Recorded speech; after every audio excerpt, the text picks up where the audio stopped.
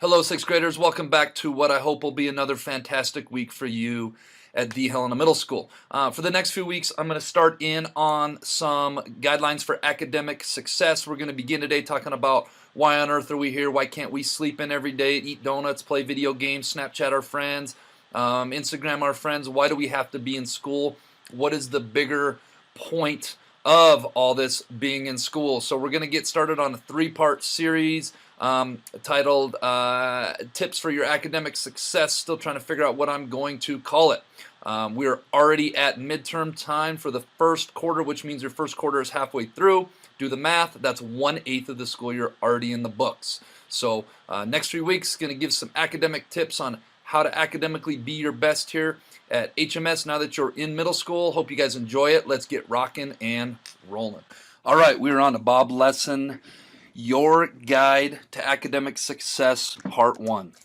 But first, let's be our best this week at HMS. Let's be safe, let's be responsible, let's be respectful, and let's especially be a learner.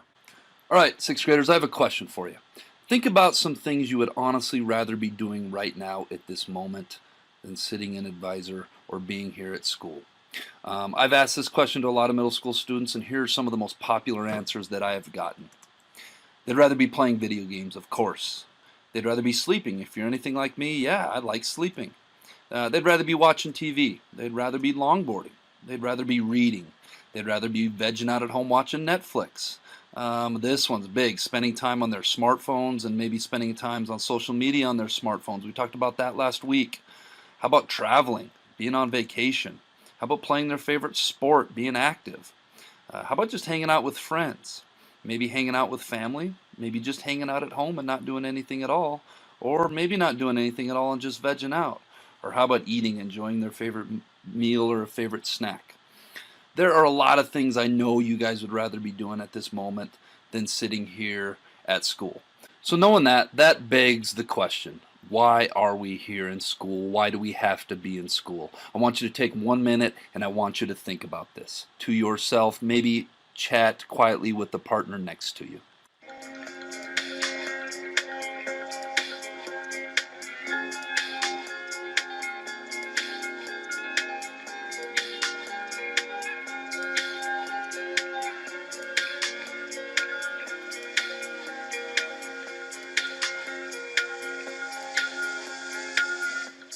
You said we make a deal. You said we make a deal. Is what you said. Is what you said. So tell me all your lies. Such a thin disguise. We fool ourselves. We fool ourselves.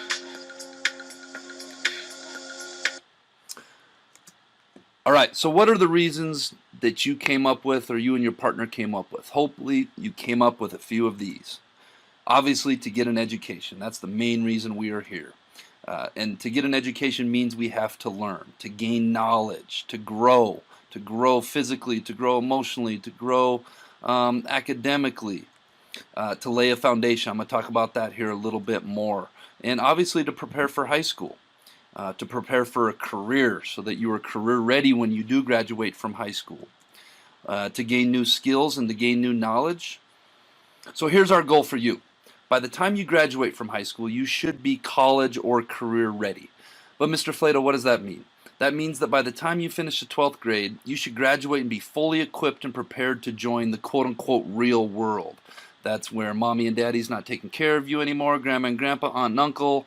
You are taking care of yourselves by gaining adequate enough employment to live independently on your own as an adult, not having anybody taking care of you. Or you should be fully equipped and prepared to continue your education at maybe a trade school, learning new skills, maybe a 2-year college, maybe a 4-year college. Whichever route you take doesn't necessarily need to be decided today, and I will talk more at length about this in future Bob lessons. So that is our goal. That is why we are here in school today. The honest truth about the real world. And again, I define the real world as being an adult, being out, being self-sufficient, taking care of yourselves. The real world can be a cold, unforgiving, and tough place. Don't sweat it though. Our job is to prepare you for success in the real world. Again, that's why we are here in school, to get you prepared for the real world so you can go out there and knock it out the park. The real world only cares about what you bring to the table, and this is kind of a metaphor. In other words, what skills and abilities do you have that are useful and can be put forth in employment that are worthy of somebody paying you someday? What is it that's going to be your thing in life? What's going to be your purpose? What's going to be your thing that gets you up out of bed every day in the morning that you go do, and then they give you a paycheck so that you can survive and live independently? What your thing is, you will choose to focus on, develop, and hopefully be passionate about. And I'm going to talk more about that when we do career cruising.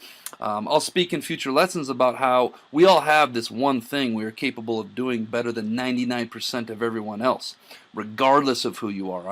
I'm really confident about this, that when everybody discovers their thing that they can bring to the table, that is their gift to the world, I'm convinced everybody has it, but we need to develop this foundation. We need to be in school every day working to gain knowledge so that we have those doors open when we are an adult and we can go out and do that thing.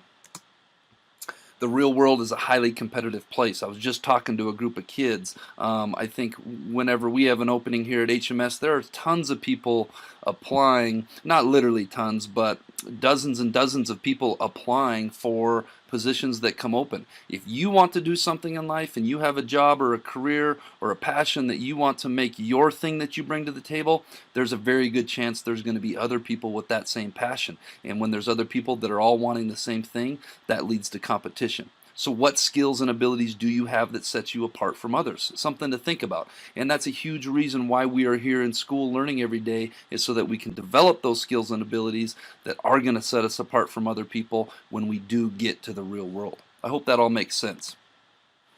But Mr. Flater, we're in middle school, not high school. We're not going to be adults and in the real world for a long time. And you know what? I do 100% agree with that. As sixth graders, you guys are 6.5, almost 7 years away from being in the real world. Some of you will be further if you go to a 2-year college or 4-year college or get an advanced degree that I'll talk about in future Bob lessons. Well, I want to share the quote of the week with you. The best time to plant a tree is 20 years ago. The second best time is now. And what this really means is, let's think about planting a tree in terms of building a sweet tree house. This tree house is taken from the back of Mr. Kepler's yard. Mr. Kepler built this summer. Just joking, but Mr. Kepler did build a pretty sweet tree house this summer. But the best time to build this tree house isn't, we can't go out and plant this tree like you see on the right and expect it to hold up a bunch of 2x4s and people in it. We have to plant that tree and then build that foundation and then wait for the tree to develop so that we can go and we can build a cool tree house on it. Well, same thing's going on with you guys. If you think about the real world taking 20 years to get to from birth to the real world, we have to build a strong tree. We have to build a strong foundation so that when we are in the real world, we can support a really cool tree house. I hope you guys like that metaphor. All right, let's get to this week's Jelly Bean Question of the Week winners. We got Robin Hollow, Bailey Edmonston, Marley Evenson, Athena Hinson, and Ava Kelly. The answer of which is the longest month of the year, that would be October because of daylight savings. I know January seems long because of the long nights. July seems long because of the long days, but it is October because of daylight savings. I think the 6th grade girls swept that. Where are the other levels at? All right, this week's Jelly Bean Question Week. This one is so simple but so stupid at the same time. Jessica is Mandy's only sister. Mandy is the blank of Jessica's sister.